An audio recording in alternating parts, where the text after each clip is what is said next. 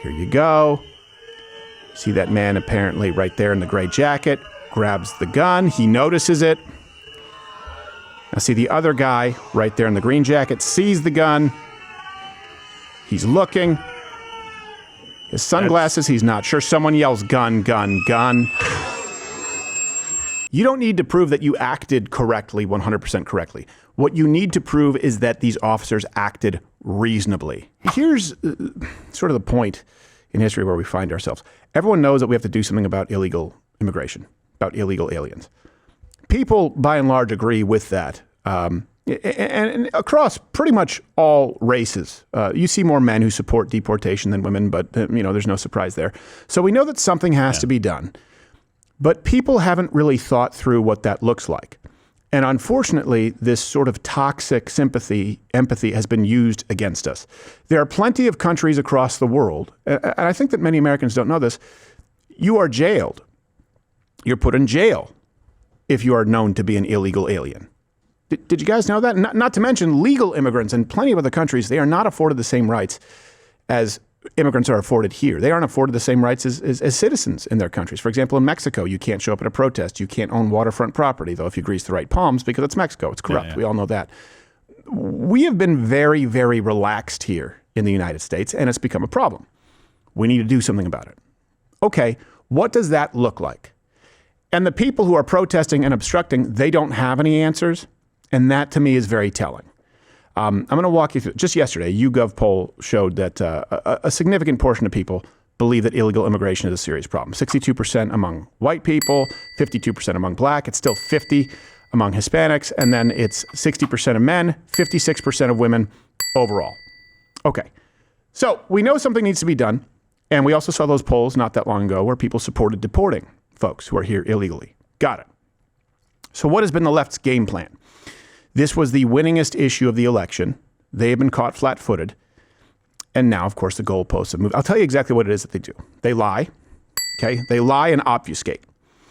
They'll tell you that illegal immigrants are more law-abiding than legal citizens. That's not true. They will tell you that illegal immigration isn't a problem. That's not true. They'll tell you that Joe Biden or Barack Obama deported more illegal immigrants than Donald Trump. That's not true. So they lie, obfuscate. Then step two is they'll obstruct. They'll impede officers from doing their jobs. Then step three is increase aggression. They will increase aggressivity as needed so that they can reach the final step, which is make martyrs, either of themselves or of useful pawns. I am going to propose to you what I think needs to be done or what should have been done from the outset. I completely support deporting illegal aliens and not just violent criminals, though they should get priority. There should be a State of the Union address. There should be an address from the White House, Donald Trump. He should have done this in the outset and said, look, we're going to give everyone 1 month. Okay, illegal aliens. So the first step, we're going to give you all 1 month to sell your stuff in your house, get your affairs in order. And everyone out there, this is, by the way, still available, but a lot of people don't know it. Everyone out there who's here illegally, you can self-deport if you don't have a criminal record on the CBP One app. Okay, you can go there, you can register, you can self-deport. The civil penalties will be wiped. We'll pay for your flight, $2,600. That is what is available right now, $2,600, and you can attempt to come back through the legal channels as everyone else. Okay? They should have said that on the outset to make sure that everybody knows. The reason I say this is because I have walked through this. You can go to the Change My Minds.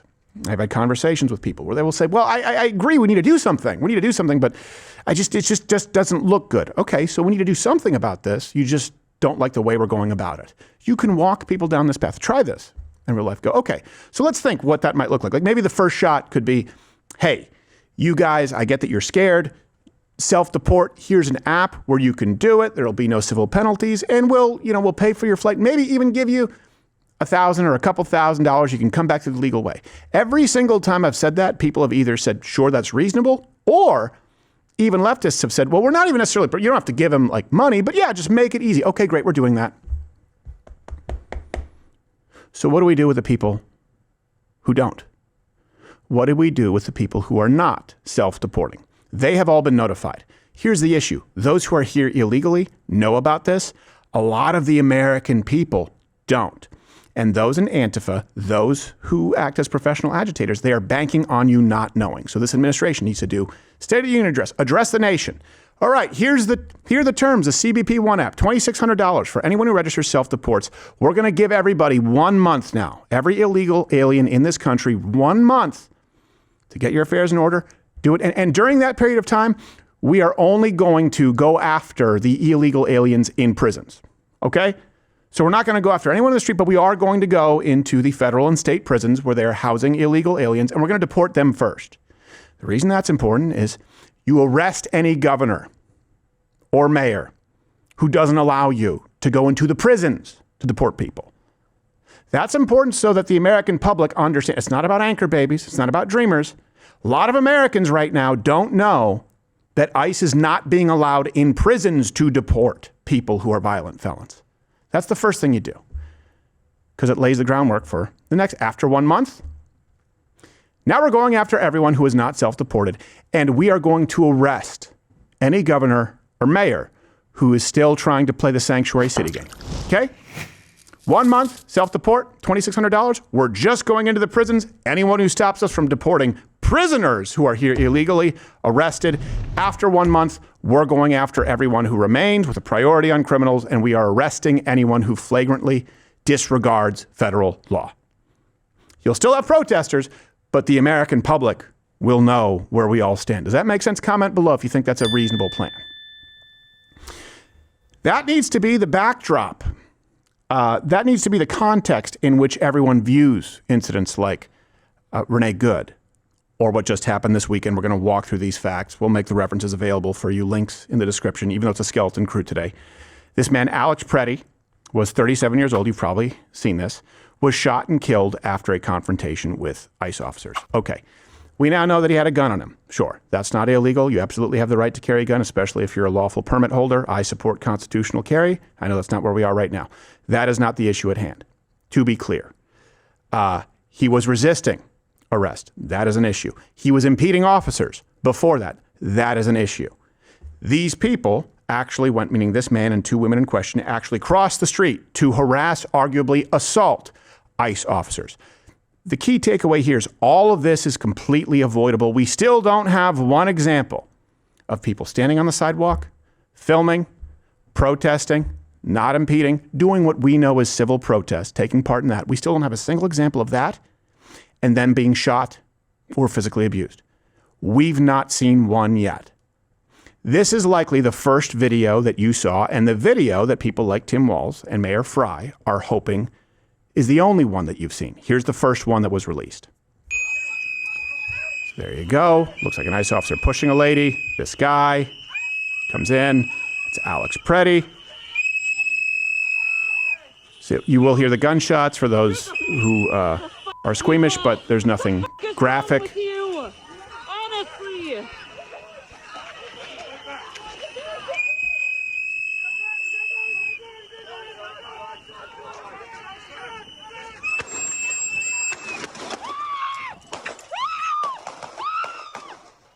Okay, so if you watch that, people go, oh my gosh, they just roughed some people up and then executed somebody.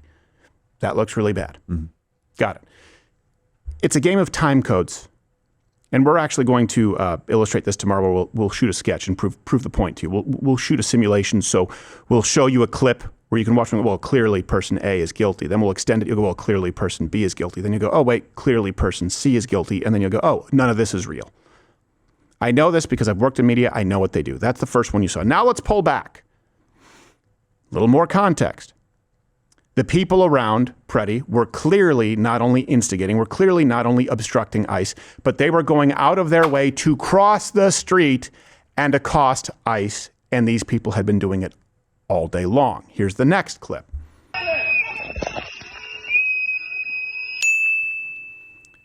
Remember, you were told they were on that sidewalk. Nope, they're across the street, going to the ICE agent, blowing their whistle. There's Preddy.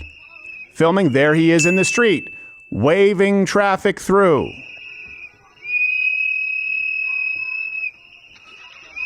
Go. There he is in the middle of the street. How long has he been doing this all day? Well, we'll get some more context. What the fuck is wrong with you? Now there's Alex grabbing one of his friends in a headlock. Don't fully understand that. That lady gets pushed. He goes to grab her. Okay. And now when they grab him, he obviously resists arrest. He is refusing to go down. He is trying to get up. We now know that this man had a firearm on him. And then you see everything obviously escalating. That's a horrible situation. It's a quagmire. It's a melee. A lot of confusion.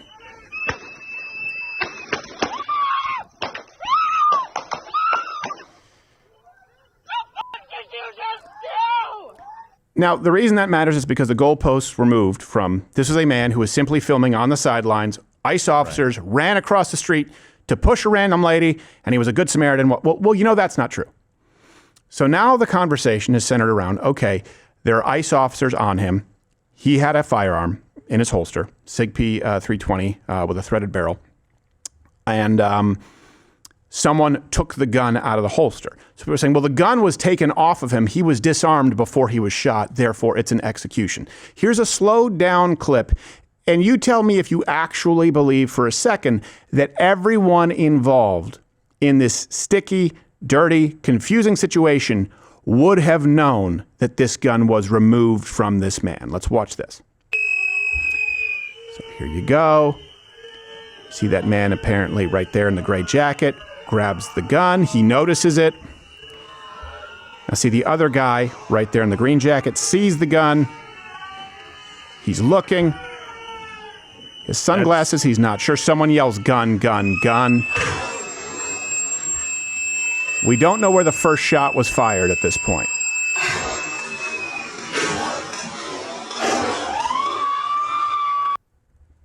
And there's a reverse shot, too, where he's reaching. When that guy in the back gets up is when he has the firearm pulled out. So it's even later. He pulls it out. There's some discussion now because it's one of those SIG P320s that may or may not have a tendency to go off on its own. It could be a negligent discharge. It could be an accidental discharge.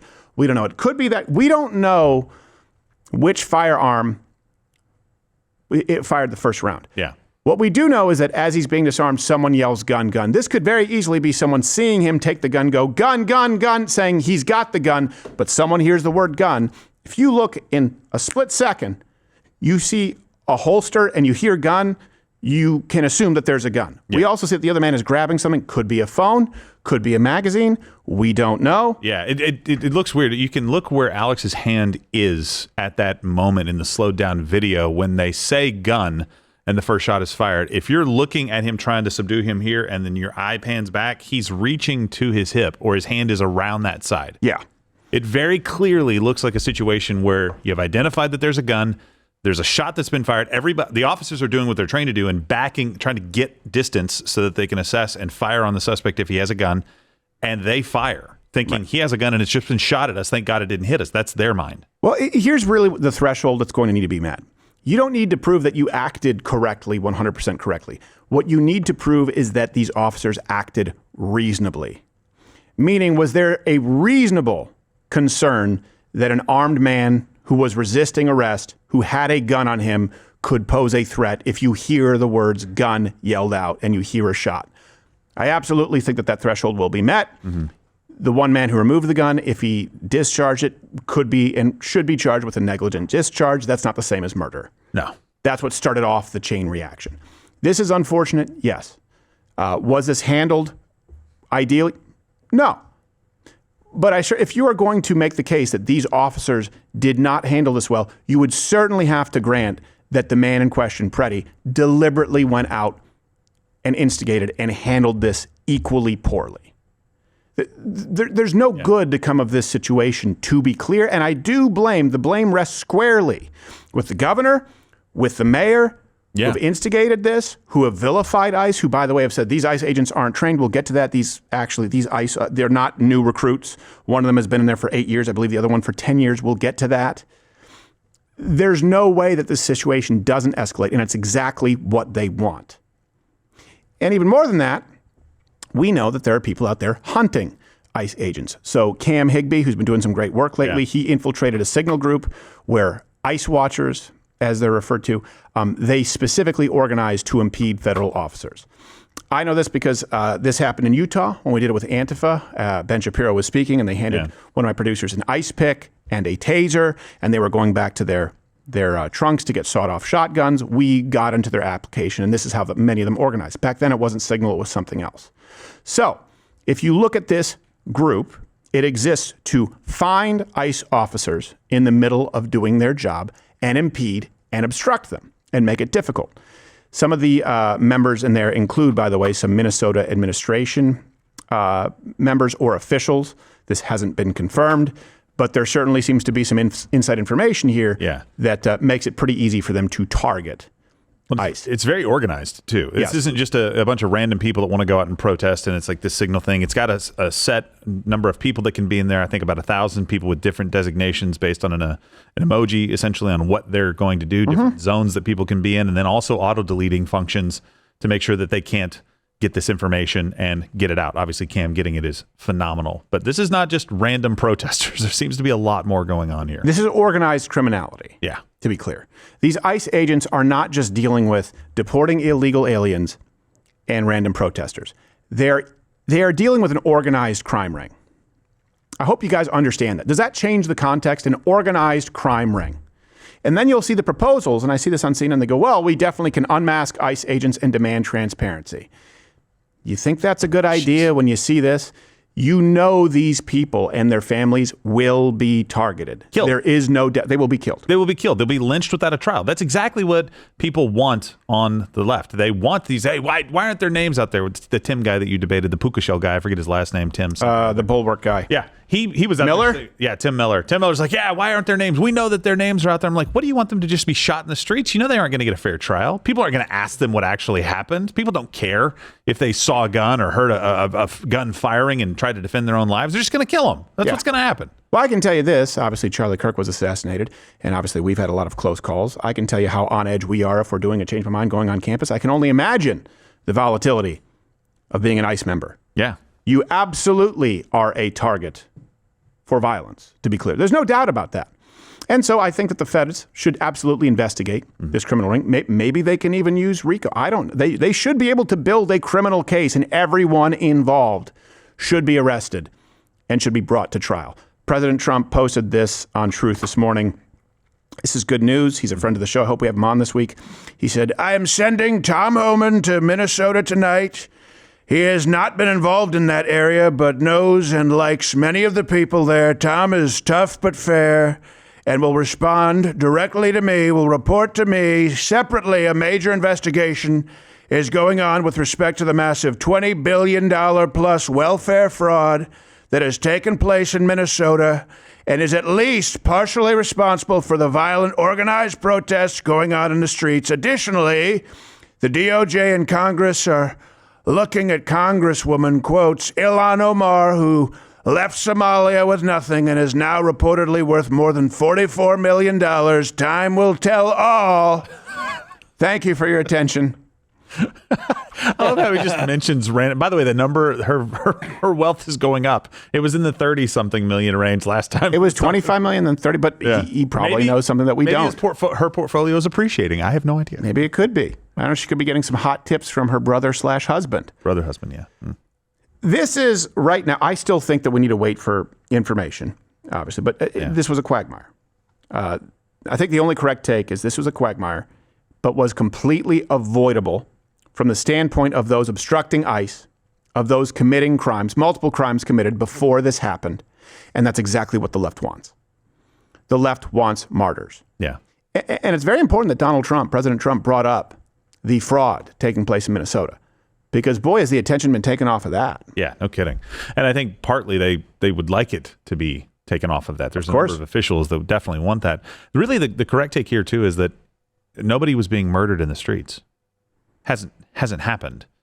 There are two situations where judgment calls had to be made to protect lives because people didn't understand that there are consequences to their actions when dealing with federal officers. And I think these guys were DHS, technically, and not ICE. Right. Doesn't matter. They're there to do the same job, right?